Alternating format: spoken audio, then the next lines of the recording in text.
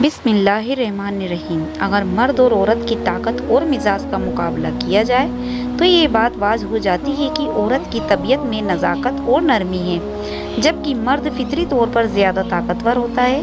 یہ ایک جانی پہچانی حقیقت ہے کہ جسمانی قوت کے اعتبار سے عورت مرد کے برابر نہیں ہوتی۔ مرد کی طبیعت میں کبھی کبھی یہ شیانہ جذبات پیدا ہو سکتے ہیں، اور جب اس کی ہوس شدت اختیار کر لیتی ہے تو سب سے پہلا نشانہ عورت بنتی ہے۔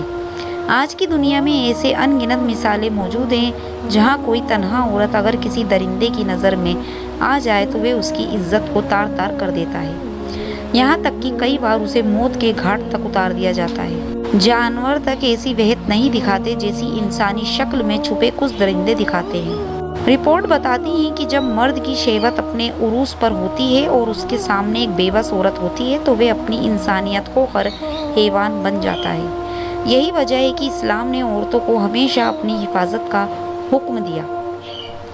اسلام نے مردوں کو یہ تعلیم دی کہ وہ اپنی نظروں کو نیچے رکھیں، لیکن ساتھ ہی عورتوں کو بھی یہ سمجھائے کہ وہ اپنی حفاظت کی ذمہ داری خود لیں۔ کچھ لوگ اسلام کے پردے کو حکم کو پابندی سمجھتے ہیں، لیکن حقیقت یہ ہے کہ یہ عورت کی عزت اور سلامتی کے لیے ہے۔ اسلام نے کبھی بھی زبردستی کی تعلیم نہیں دی، بلکہ عورت کی فطرت کو سمجھتے ہوئے اس کی حفاظت کے لیے پردے کا حکم دیا ہے۔ اگر ہم دنیا کے دوسرے نظاموں کو دیکھیں تو معلوم ہوگا کہ مغربی معاشرے میں شادی کا تصور تقریباً ختم ہو چکا ہے۔ وہاں لوگ پہلے ساتھ رہتے ہیں، بچے ہوتے ہیں، پھر شادی کا ارادہ کرتے ہیں۔ اس سے ظاہر ہوتا ہے کہ وہاں عورت کو برابری نہیں دی جاتی، بلکہ اسے صرف ہوس پوری کرنے کا ایک ذریعہ سمجھا جاتا ہے۔ اس کے برعکس اسلام نے عورت کو اعلیٰ مقام عطا کیا ہے۔ یہی اسلام ہے جس نے فرمایا کہ عورت کے قدموں تلے جنت ہے، بیوی کو کھانا کھلانا صدقہ ہے اور بیٹی کی پرورش کرنے والے پر جنت واجب ہے۔ یہ ہے اصل برابری جو اسلام عورت کو عطا کرتا ہے۔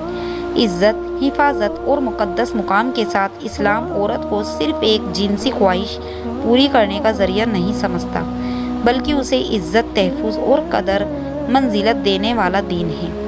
یہی وجہ ہے کہ اسلام نے عورت کو سب سے پہلے حفاظت دی، پھر اس کے حقوق کو مقرر کیا۔ تو ناظرین، اگر آپ کو میری ویڈیو پسند آئی ہو تو اسے لائک اور آگے شیئر ضرور کیجیے۔